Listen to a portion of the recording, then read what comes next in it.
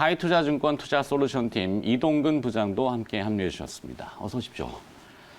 자, 먼저 국내 산업 기업과 연관성 있는 속보기 때문에 보도록 하죠. 골프 왕제 잘 아시는 타이거 우즈가 미국에서 지금 운전 중에 전복 사고가 났는데 그 탑승 차량이 국내 현대차의 제네시스 GV80이라고 합니다. GV80의 결함 때문에 사고가 난 건지 사고의 원인은 지금 명확치는 않아요. 오히려 사고 이후에 생명을 보존하는데 GV80 때문에 생명을 보존했는지 이게 아다르고 어다르기 때문에 분명히 후자일 거라고 저는 보고 싶죠. GV80 때문에 그나마 다리 수술을 지금 긴급하게 들어갔다고 하는데 별 이상이 없기를 간절히 바라고 어떻게 봐야 됩니까? 글쎄, 시장에 영향을 줄지는 모르겠어요. 근데 이제 그렇게서 말씀하신 대로 지금 다리 이제 복합골절이라고 그러는데 네. 어쨌든 간에 만약에 진짜 좀 긍정적인 그런 쪽에 이 어떤 예측이 맞는다면은 약간의 네. 주가에는 이게 그렇게 저는 크게 대단한 홍보 효과 아닙니까? 근데? 그렇게 홍보 효과는 엄청나죠. 홍보 효과는 네. 엄청난데 주가에는 그렇게까지 저는 그럴까요? 크게 영향을 줄 것 같지는 않습니다. 네. 하여튼 별 탈 없이 굉장히 좋아하는 또 대상이고 하기 때문에 네. 홍보 효과는 저는 제대로 톡톡하게 누리지 않을까. 왜 네. 작년에 그 볼보의 네. SUV 모델을 타고 그렇죠. 이제 국내, 아나운서가 부부들. 가족이 이제 부부가 사고가 났는데 네네네. 차는 이제 거의 그 앞부분이 완전 반이 다 먹혔는데 몸이 이제 멀쩡했잖아요. 그렇죠. 그러니까 역시나 그래서, 안전성은 볼보다 이래가지고 그 SUV 모델이 그냥 불티나게 지금도 제가 알기로는 예약 대기를 걸어놓으면 네. 자동차를 이제 받기까지 한 10개월 정도 걸린다. 이런 얘기가 나올 정도로 네. 정말 홍보 효과는 제대로 좀 누렸거든요. 그리고 어저께 또 아이오닉 5가 또 공개가 좀 됐기 그랬죠. 때문에 사실 이 GV80과 관련된 이 이슈가 좀 긍정적으로 좀 작용을 해주기를 기대를 좀 해보겠습니다. 긍정일 겁니다, 분명히. 네, 네. 그렇게 믿고. 자, 우리의 튼튼한 차, 생명을 구하는 차, 이렇게 보고. 자, 저게 오늘 일발장자는 아니고 등장을 했는데, 국내 연관성이 있는 또 시가총액이 큰 기업이기 때문에, 좋은 쪽으로 될 거라고 보고. 자, 본래에 정해놨던 일발장전 가겠습니다. 주제는 오늘 결국 봄은 올 테고, 씨앗은 뿌려져야 한다. 그러니까 파종 시기가 다가오는 거죠. 제가 이제 국제 곡물 가격은 지난해 말부터 매번 자주 반복을 해드렸는데 실제 시장에서 인지를 하고 정부도 인지를 하고 그래서 지금 관심을 많이 기울이고 있는데 곡물 가격이 또 뛰었습니다. 계속 오르고 있어요. 멈출 기세를 모르고 이러다가 이제 비트코인처럼 사실은 비트코인은 먹을 수는 없잖아요. 물론 사 먹을 수는 있겠죠. 네. 근데 이제 곡물은 직접 먹어야 되기 때문에 자, 그래서 관련된 기업으로 어제 지난주 정확히 날짜 제가 지금 까먹었는데 인바이오를 한번 일발장전 지난주였군요. 네. 어제 인바이오가 아주 좋았죠. 어제 인바이오가 좀 주목을 받았는데 똑같은 오히려 그거보다 더 대중성이 있는데도 불구하고 시장이 잘 모르는 기업 하나 보도록 하겠습니다. 대유라는 기업이고요. 자, 이 국제 곡물 가격 상승은 말씀드렸지만 중국이 전략 비축분을 식량을 더 늘리려는 계획을 지금 발표를 했어요.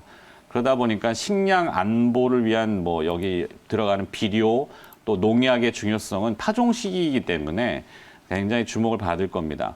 친환경 농약으로 이제 인바이오, 살충제뿐만이 아니라 생육 성장제, 그래서 인바이오 다음은 대유다. 대유 홈페이지에 들어가 보면은 유기농 농업자재 국내 최다 품목을 보유하고 있습니다.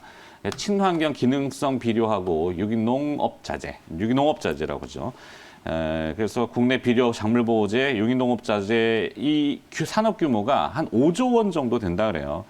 대유가 이제 지난 40년간 업력이 있기 때문에 인프라를 바탕으로 해서 4종의 복합 연면 12용 비료, 용어가 좀 어렵긴 한데 시장 점유율이 높습니다. 이 농부들은 브랜드 인지도가 딱 정해지면은 쓰던 제품을 계속 구매해서 쓰는 이른바 락인 효과라고 합니다. 안에다 가두는 거죠. 소비자들을 한번 쓰기 시작하면 계속 그걸 써야 되는 거예요. 그렇다 보니까 이 비료 산업은 계절 품목이기도 하고 시기에 따라서 수요 변동이 있지만 올 봄에 이제 봄하고 여름 3월에서 9월, 8월 정도까지 이때가 매출이 그래서 집중적으로 이루어지는데 특이한 점은 이 대유가 지난 2020년도 3분기에 공장 가동률이 91%예요. 3분기면 비수기였거든요. 왜 공장을 저렇게 풀로 돌렸는지를 저도 궁금합니다. 그러다 보니까 실적은 당연히 수반이 되겠죠. 3분기 누적 매출이 320억, 그다음에 영업이익 81억, 이 회사 자본금이 47억 원이니까 2021년도 2020년도 결산 실적 나와봐야 알겠습니다만 대충 매출은 400억에 영업이익 한 100억 정도. 근데 시가총액이 현재 1,500억 정도밖에 되지 않는다.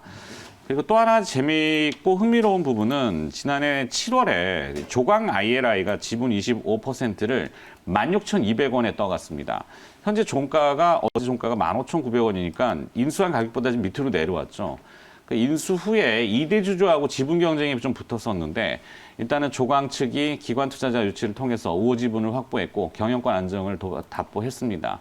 이 신규 사업을 추진하고 있는 것 같은데 조광 ILI의 인프라하고 그다음에 대유가 가지고 있는 약품 첨가물 기술을 합치면은 이게 또 반도체하고 2차 전지 소재 산업 쪽으로 사업을 다각화시킬 수 있는 임시 주총을 시도할 것 같은데 뭐 그렇게 된다면 그림들이 조금 나올 수 있는. 자, 그래서 인바이오 다음에 본업인 뭐 친환경 농약, 그다음에 또 비료. 뭐 어제 비료 관련주들 경농도 네. 그렇고 조비도 조금 들썩였고 그러니까 농업은 미래의 성장 산업이 돼야지만 합니다. 예, 그리고 또 스마트팜 얘기도 많이 해드렸잖아요. 여기 대유도 지금 스마트팜도 하고 있는 것 같고.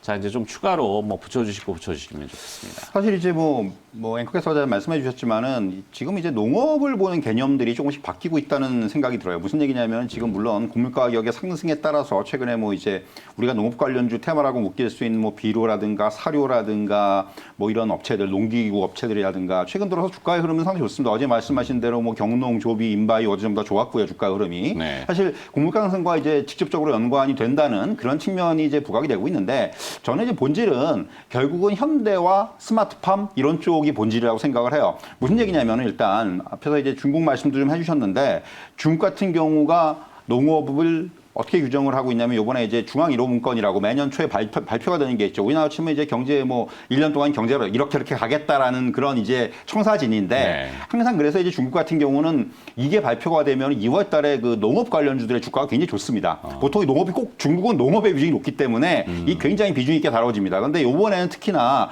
2월 한 달 동안 그 시장 대비해서 이 농업 관련주들의 수익률이 한 16% 정도 상회를 했어요. 네. 이게 이제 왜냐하면은 여기서 이제 이번에 본격적으로 중국도 이제 이런 스마트팜이라든가 이런 얘기들을 하기 시작을 했다는 거죠.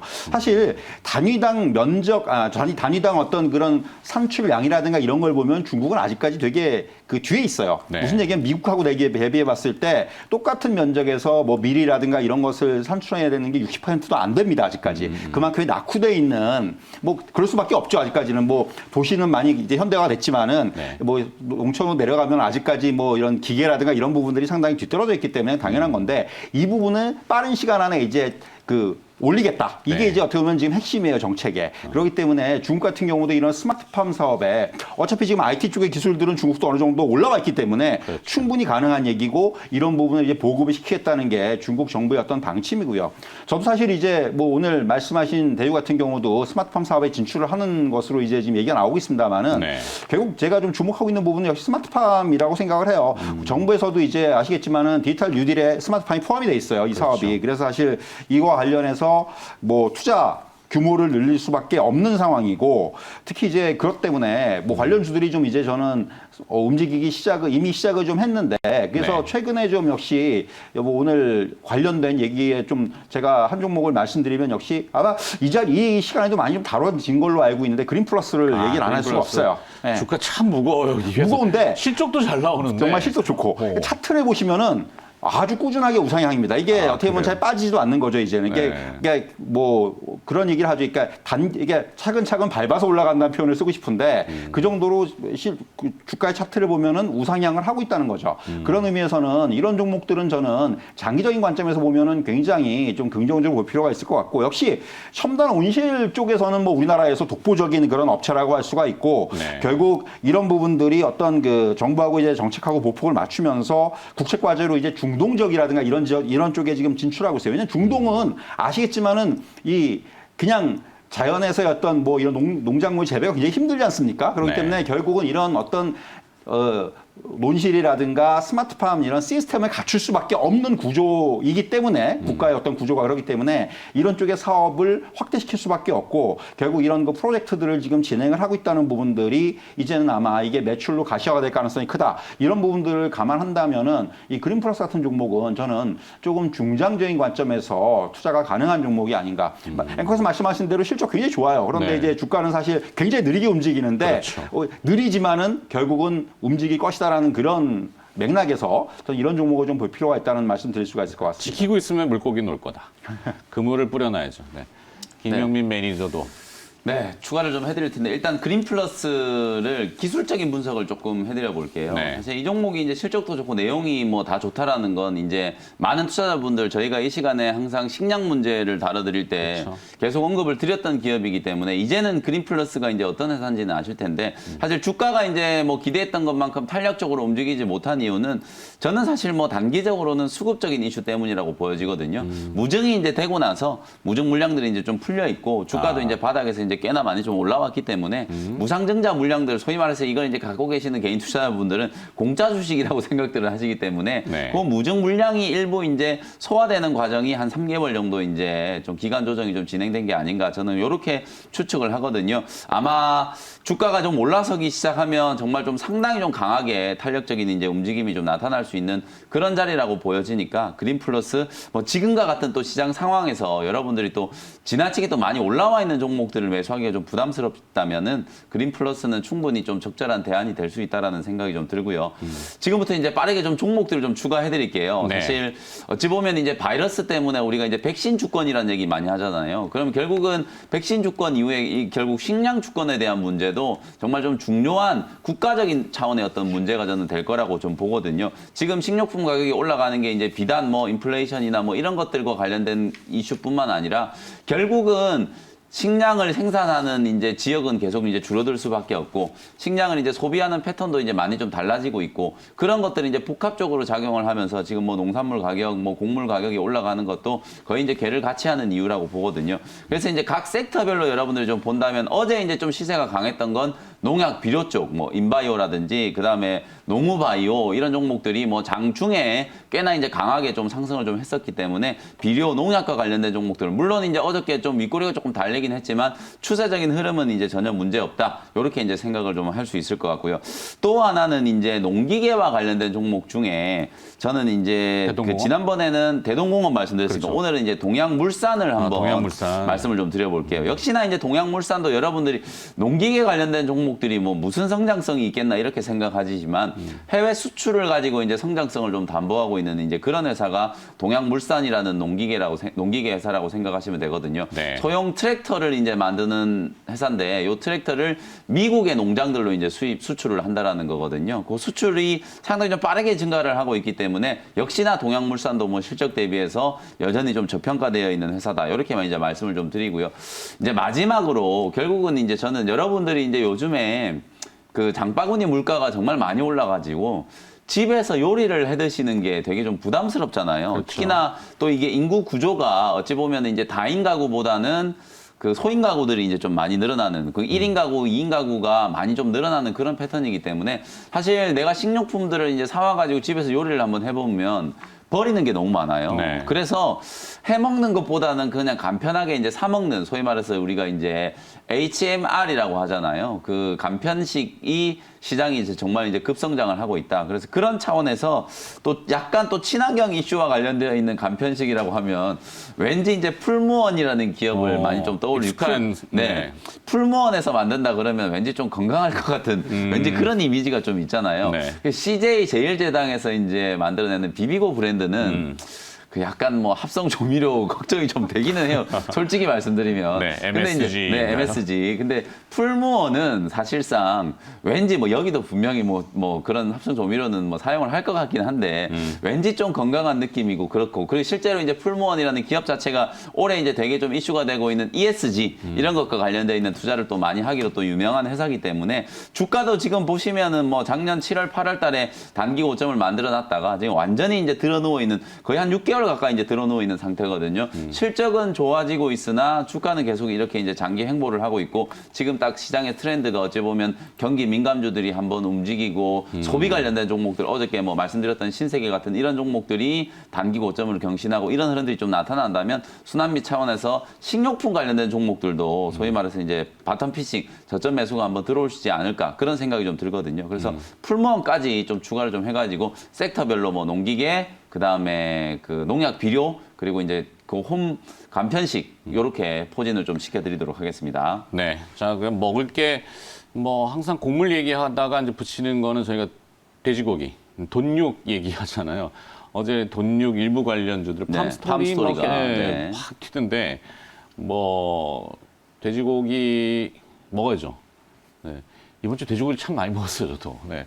뭐 어저께 돈육 관련주들 뭐가 있죠 또 선진, 선진, 팜스코. 뭐 이지홀딩스, 이지바이오 뭐 이런 종목들이 이제 있는데 역시 이제 저 부분도 또 중국하고 또 중국 얘기를 또 안 할 수가 없는 부분인데 이번에 역시 이제 그 중국의 정책들을 보면은 역시 중국이 이제 그 아프리카 돼지열병 때문에 한 차례 굉장한 홍역을 알았습니다. 그리고 뭐 중국은 아시겠지만은 그 돈육 가격이 굉장히 중요해요. 이게 네. 만약에 이제 그 물가를 결정하는데도 중요한 그 역할을 그 비중을 차지하고 그리고 워낙 그 소비 그 양이 높기 때문에 이게 진짜 그야말로 어떤 그 우리나라 치면 장바구니 물가에 가장 큰 영향을 주는 그런 거기 때문에 이 부분에 대해서 이번에 정책 그 기조 나온 것을 보면은 이 부분 어떤 어떤 그 씨돼지죠. 씨돼지 이거 확대 이 부분이라든가 또는 이제 전체 사육두수의 증가라든가 그래서 이제 더군다나 이제 뭐 방역 이런 쪽도 굉장히 철저하게 하겠다 뭐 이런 얘기들이 나오고 있기 때문에 저는 조금 더 나간다면은 뭐 이런 돼지 관련주도 중요하고 여기에 이제 동물 백신 관련주들까지도 네. 조금 이제 또 그 꽃 가지를 칠 수 있지 않겠는가. 결국 이런 식으로 이제 뭐 돼지 앞으로 계속해서 이런 쪽에 그 뭐 물가도 오르고 이런 또 돼지 고기 가격도 이제 좀 안정이 되고 이런 흐름이 나타난다면은 덧붙여서 이런 뭐 이제 아프리카 돼지열병 계속해서 이제 뭐 발생을 할 거고 주기적으로 네. 그러면은 이런 그 동물 방역과 관련된 주식들 또 조금 더 꼬리치자면은 너무 나가는 걸 수도 있는데 네. 최근에 또 하나 이제 그 시장의 트렌드로 자리 잡는 게 소위 말하는 반려동물이에요. 아직까지 예. 반려동물 관련주로 테마로 딱 뭐다라고 참 정하기가 어려운데 저희가 그래서 한참 그 저도 찾고 있는데 네.